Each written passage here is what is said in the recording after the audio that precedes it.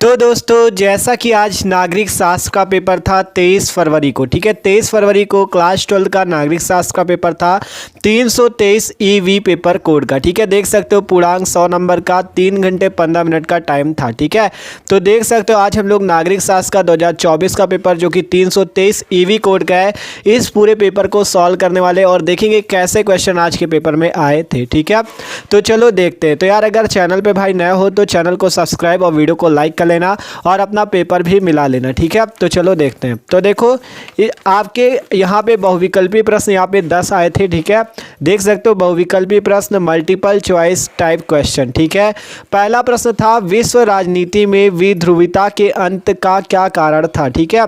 विश्व राजनीति में विध्रुवीता के अंत का क्या कारण था। पहला ऑप्शन था सोवियत संघ का विघटन, शीत युद्ध का अंत, गुट निरपेक्ष आंदोलन की भूमिका या इनमें से सभी। तो इनमें से सभी वाला ऑप्शन यहाँ पे सही था, ठीक है। इसमें इनमें से सभी वाला एक चीज़ जान लो, जैसे बहुविकल्पी मिला के ज़्यादातर इनमें से सभी वाले जैसे रहते हैं या उपर्युक्त सभी वाले वो ऑप्शन जरूर सही रहते हैं, ठीक है। तो इसमें ये दा नंबर ऑप्शन सही था। फिर था दूसरा नंबर प्रश्न विश्व व्यापार संगठन निम्नलिखित में से किस संगठन का उत्तराधिकारी के रूप में कार्य करता है। पहला ऑप्शन था general agreement on trade and tariff, general arrangement on trade and tariff, विश्व स्वास्थ्य संगठन, संयुक्त राष्ट्र संघ विकास कार्यक्रम। बताइए कौन सा है, ठीक है। तो इसका पहला नंबर ऑप्शन ये वाला सही था, ठीक है। आपका तीसरा प्रश्न था निम्नलिखित में से किस देश के पास सुरक्षा परिषद में निषेधाधिकार वीटो पावर नहीं है।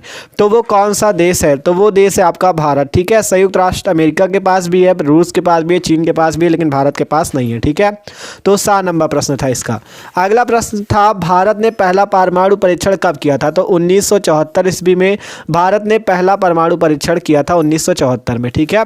अगला प्रश्न आया था निम्नलिखित में से कौन सा पर्यावरण प्रदूषण का कारण है, ठीक है। जनसंख्या वृद्धि, निर्वनीकरण, औद्योगिकरण। तो इनमें से सभी कारण है, इनमें से सभी कारण है पर्यावरण प्रदूषण के, ठीक है।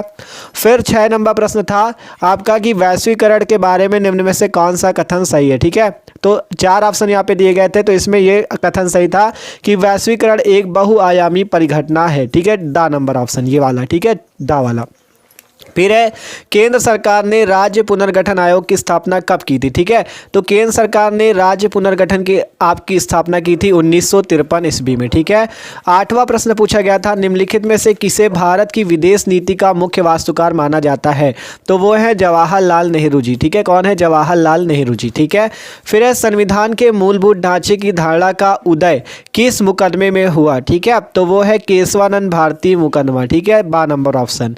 फिर है आपका संविधान की धारा 370 कब समाप्त की गई, ठीक है। संविधान की धारा 370 कब समाप्त की गई, 5 अगस्त 2021 को, ठीक है। 2021 में समाप्त की गई थी, ठीक है। तो जिसने भी ये ऑप्शन लगाया था जिसका पेपर है उसका ये गलत था, ठीक है। तो जो हम पेंसिल से यहाँ पे ऑप्शन लगा रहे हैं वही सही मानना आप, ठीक है, क्योंकि कुछ कुछ ऑप्शन इन्होंने भी गलत लगा रखे, ठीक है। जैसे इसमें 1974 था, इन्होंने 1978 मार रखा है, तो ये वाला ऑप्शन सही है, ठीक है। इसमें इनमें से सभी वाला और इस पे ये वाला था, इस पे आपको 1953 सही था उनका भी, और ये जवाहरलाल नेहरू है, इसमें केशवानंद भारती मुकदमा और इसमें 5 अगस्त 2021, ठीक है। फिर अगला नंबर प्रश्न देखो 10 ही बहुविकल्पी आए थे आपके पास, ठीक है। 10 बहुविकल्पी प्रश्न आए थे, तो 10 बहुविकल्पी तो हमने आपके सॉल्व करा दिए, ठीक है। तो मस्त पेपर गया होगा आशा करते हैं आपका, ठीक है। फिर आगे देख सकते हो यहाँ पे इंग्लिश पे भी दिया गया था, ठीक है। वही 10 प्रश्नों के इंग्लिश में दिया गया था, जो लोग इंग्लिश के हैं वो लोग इंग्लिश का कर सकते थे, ठीक है। देख सकते हो इंग्लिश का था ये पूरा, ठीक है। तो दिखाई दे रहे हैं आपको इंग्लिश का भी, जो लोग इंग्लिश वाले वो लोग इंग्लिश का मिला लेना, जो लोग हिंदी वाले वो लोग हिंदी का, ठीक है। फिर अब 11 नंबर प्रश्न देख सकते हो अति लघुत्तरी प्रश्न जो कि 2 नंबर पे था, ठीक है। Very short answer type question, ठीक है।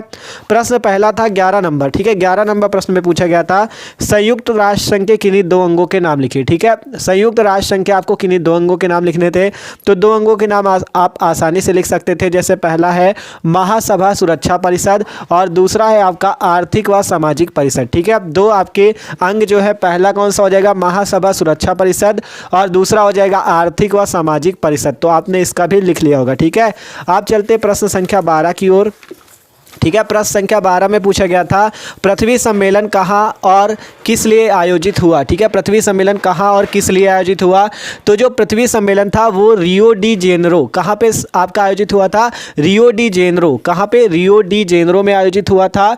और इसे 3 से 14 जून 1992 3 से 14 जून 1992 में आपका कहाँ, रियो डी जेनेरो में आयोजित किया गया था। और इसका और फिर कहा गया किस लिए आयोजित किया गया था। तो ये इसलिए आयोजित किया गया था कि रियो शिखर सम्मेलन पर्यावरण के मुद्दों पर चर्चा करने के लिए, मतलब कि पर्यावरण के मुद्दों पर चर्चा करने के लिए ये जो आपका रियो डी जेनेरो है ये आयोजित किया गया था। कहा गया था पृथ्वी सम्मेलन, इसे रियो डी जेनेरो के नाम से भी जानते हैं। तो ये रियो डी जेनेरो में आयोजित किया गया था 3 से 14 जून 1992 को। और किस लिए आयोजित किया गया था, ये आपका पर्यावरण के मुद्दों पर चर्चा करने के लिए आयोजित किया गया था। फिर प्रश्न संख्या 13 था साझी संपदा से आप क्या समझते हैं। तो इसका भी उत्तर आपने दिया होगा आसानी से कि साझी संपदा क्या होती है। फिर 14 नंबर प्रश्न था मेल्डोनॉल्डीकरण से आप क्या समझते हैं। इस पे भी आपको इसकी परिभाषा देनी थी, आपका 2 नंबर का प्रश्न था। फिर 15 नंबर प्रश्न था ब्रंटलैंड रिपोर्ट कब और किस शीर्षक से प्रकाशित हुई। ठीक है, ब्रंटलैंड आपकी कब और किस शीर्षक से प्रकाशित हुई। तो ब्रंटलैंड जो है आपकी ये कब, आपकी 1987 में प्रकाशित हुई थी। और किस शीर्षक पर पूछा गया, तो 1987 में पर्यावरण और विकास पर। ठीक है, आपसे कहा गया कब, तो 1987 और किस शीर्षक पर, पर्यावरण और विकास पर संयुक्त राष्ट्र विश्व आयोग द्वारा प्रकाशित हुई थी। ठीक है, क्या कह रहे हैं ध्यान से सुनो, 1987 में पर्यावरण और विकास पर संयुक्त राष्ट्र विश्व आयोग द्वारा प्रकाशित हुई थी। ठीक है, तो ये हो जाएगा इसका 15 नंबर प्रश्न का उत्तर। फिर प्रश्न संख्या 16 था भारत में नियोजन के किन्हीं 2 उद्देश्यों का उल्लेख कीजिए। तो ये वाला भी आपने नियोजन के उद्देश्यों का उल्लेख कर लिया होगा। प्रश्न संख्या 17 था भारतीय जनसंघ पार्टी के किन्हीं 2 प्रमुख नेताओं के नाम लिखिए। ठीक है, तो आप 2 प्रमुख नेताओं के नाम लिख सकते थे, जैसे पहला नंबर था श्यामा प्रसाद मुखर्जी जैसे हो गए इनके आपके भारतीय जनसंघ पार्टी के। ठीक है, जैसे पहले नंबर कौन है आपके, श्यामा प्रसाद मुखर्जी। दूसरे नंबर आपके जैसे हो गए प्रोफेसर बलराज मधोक। और तीसरे इनके और है दीनदयाल उपाध्याय। ठीक है, 3 नेता आपको बताए दे रहे हैं, 2 आपने लिख लिए होंगे जो आपको आया होगा, जैसे श्यामा प्रसाद मुखर्जी। ठीक है, श्यामा प्रसाद मुखर्जी, प्रोफेसर बलराज मधोक, दीनदयाल उपाध्याय। तो ये 3 थे, 3 में से 2 आपको लिखने थे, तो आपने लिख लिया होगा। ठीक है, फिर प्रश्न संख्या 18 था 25 जून 1975 को किस आधार पर आपातकाल की घोषणा की गई। ठीक है, तो भारतीय संविधान के अनुच्छेद 352 के आधार पर आपातकालीन की घोषणा की गई थी। ठीक है, 25 जून 1975 को किस आधार पर की गई, अनुच्छेद 352 के आधार पर। ठीक है, भारतीय संविधान के अनुच्छेद 352 के आधार पर आपकी ये आपातकालीन की घोषणा की गई थी। फिर 19 नंबर प्रश्न था बैमसेफ का पूरा रूप बताएं। तो इसका भी आपने बैमसेफ का पूरा रूप बता दिया होगा। ठीक है, फिर प्रश्न संख्या 20 प्रधानमंत्री राजीव गांधी की हत्या कब और कैसे हुई। तो प्रधानमंत्री राजीव गांधी की हत्या 21 मई 1991 ईस्वी को 21 मई 1991 ईस्वी को हुई थी इनकी हत्या।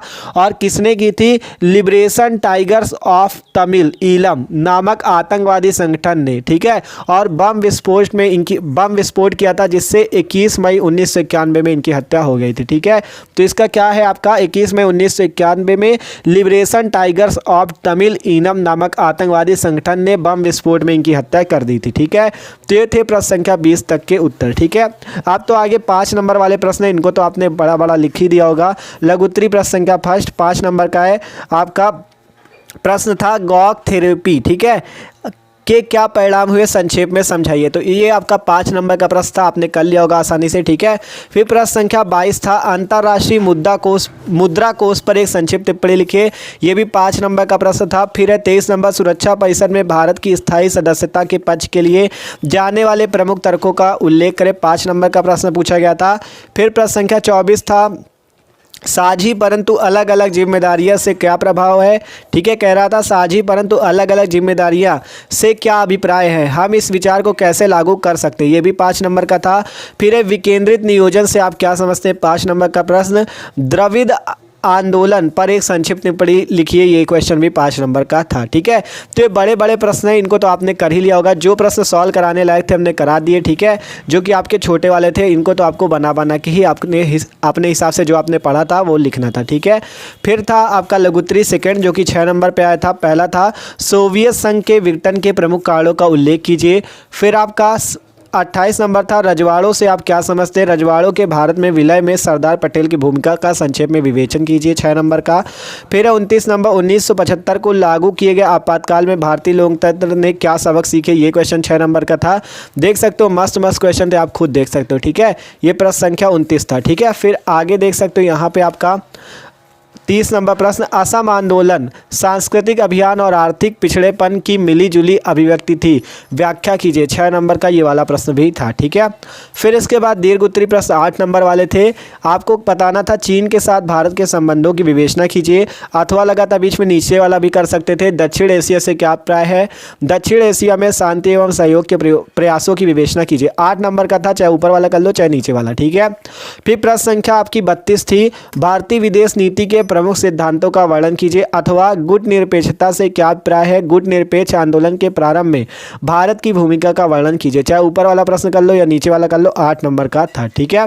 तो देख सकते हो भैया ये था आपका नागरिक शास्त्र का पेपर। तो आशा करते हैं आपका पेपर मस्त गया होगा, ठीक है। ये पूरे प्रश्न आपको बता दिए कैसे, तो आशा करते हैं आपका पेपर मस्त गया होगा। तो वीडियो अच्छा लगा हो यार तो लाइक कर देना, और चैनल पे न हो तो सब्सक्राइब जरूर कर देना। जितने भी पेपर होंगे पूरा कोशिश करेंगे कि आपको सॉल्व करा दे, ठीक है। तो okay, thanks for watching this video.